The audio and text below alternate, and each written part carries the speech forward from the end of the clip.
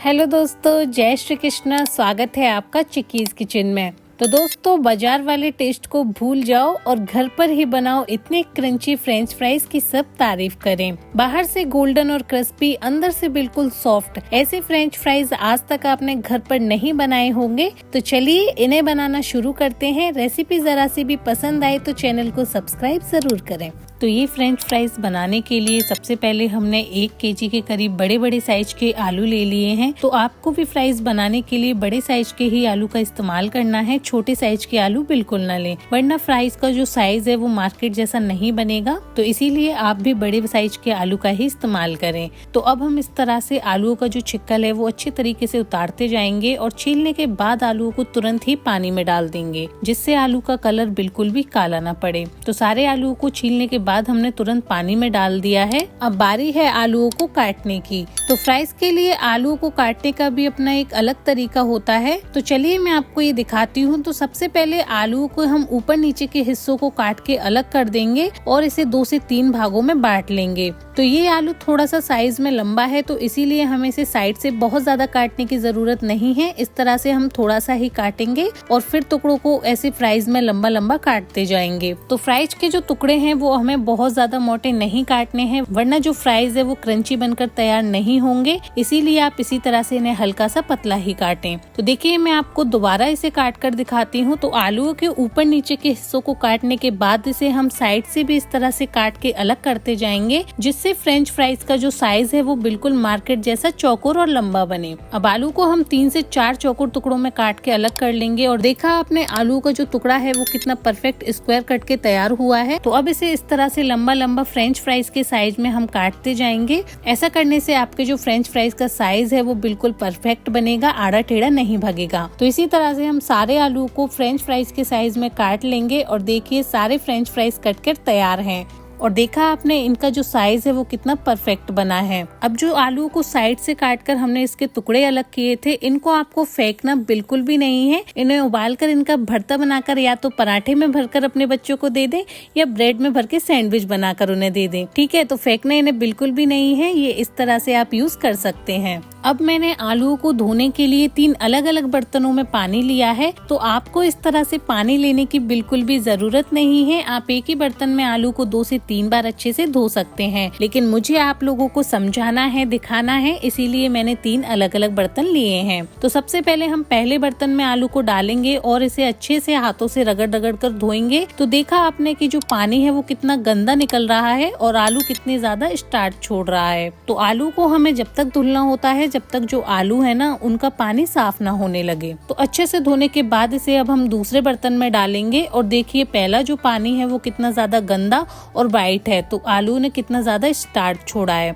तो अब आलू को हम दूसरे बर्तन में अच्छे से रगड़ रगड़ कर धोएंगे और देखिए दूसरा जो पानी है वो उतना ज्यादा गंदा नहीं है जितना पहला वाला था। तो ये पानी हल्का सा साफ निकला है। अब चलिए देखते हैं कि तीसरा पानी कैसा निकलता है। तो देखिए तीसरी बार में जब आप आलूओं को धोगे ना तो आलूओं का जो पानी है वो एकदम साफ निकलेगा। आलू बिल्कुल भी स्टार्च नहीं छोड़ेगा। बस इसीलिए हमें इसे 2 से 3 बार धोना होता है, जिससे जो आलू है वो एकदम अच्छे से क्लीन हो जाए, बिल्कुल भी स्टार्च इसमें ना रहे। तो आलू को हमने 3 बार अच्छे से धो लिया है। अब इसमें हम साफ पानी डालकर 1 चम्मच नमक डाल देंगे और इस तरह से हाथों से ही इसे अच्छे से मिला लेंगे। अब भगोनी को गैस पर चढ़ाएंगे और इसमें 2 चम्मच के करीब विनेगर डाल देंगे। अगर आपके पास विनेगर नहीं है तो आप 1 नींबू का रस भी इसमें डाल सकते हैं। विनेगर या नींबू डालने से आलू का जो कलर है वो जैसे का तैसा ही बना रहता है, बिल्कुल भी काला या लाल नहीं पड़ता। तो आलू को हमें 7 से 8 मिनट के लिए पकाना है। आप टाइमर लगा लें, टाइम के हिसाब से ही आप 7 से 8 मिनट के लिए इन्हें पकाएं। इससे ज्यादा आप बिल्कुल नहीं पकाएं,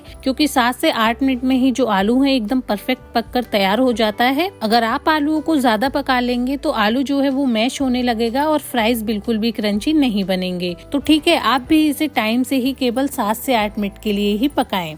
तो चलिए इन्हें पकाते हुए हमें 7 से 8 मिनट हो गए हैं। तो अब सारे आलू को हम इस तरह से एक छलनी में निकाल लेंगे। छलनी में निकालने से आलू जो है वो तले में पसीजता नहीं है और इनका जो सारा पानी होता है ना वो भी अच्छे से निचुड़ जाता है। अब इसके बाद हम आलू को इस तरह से सूती कपड़े पर फैला देंगे और आप चाहें तो इन्हें पंखे की हवा में भी सुखा सकते हैं और ऐसे भी सुखा सकते हैं। इस तरह से सूती कपड़े पर फैलाने से जो आलू का एक्स्ट्रा पानी होता है ना वो अच्छे से सूख जाता है और फ्राइज बहुत बहुत ज्यादा क्रंची बनकर तैयार होते हैं। तो 5 से 10 मिनट हो गए हैं, तो चलिए हम चेक कर लेते हैं कि जो आलू हैं वो अच्छे से सूखे हैं या नहीं। तो देखिए मैं आपको दिखाती हूँ, जो आलू है ना वो मोड़ने पर बिल्कुल टूट नहीं रहा, केवल बाइंड हो रहा है। तो बस हमें यही टेक्सचर चाहिए होता है फ्राइज बनाने के लिए। तो जब आप भी इस तरीके से आलू को उबालेंगे तो आपके भी फ्राइज एकदम इसी तरह से बनकर तैयार होंगे। अब इन्हें फ्राई करने के लिए हम कढ़ाई में तेल डालकर तेल को एकदम अच्छा धुआंधार गर्म कर लेंगे, क्योंकि फ्राइज को फ्राई करने के लिए जो तेल है वो एकदम अच्छा गर्म होना चाहिए। तो तेल अच्छा गर्म हो गया है। अब हम इस तरह से एक झाजर में फ्राइज लेंगे और इन्हें अच्छे से तल लेंगे। तो अगर आप चाहें तो कढ़ाई में डायरेक्ट डालकर भी इन्हें फ्राई कर सकते हैं और इस तरह से झाजर में भी फ्राई कर सकते हैं, जैसे मैं कर रही हूँ।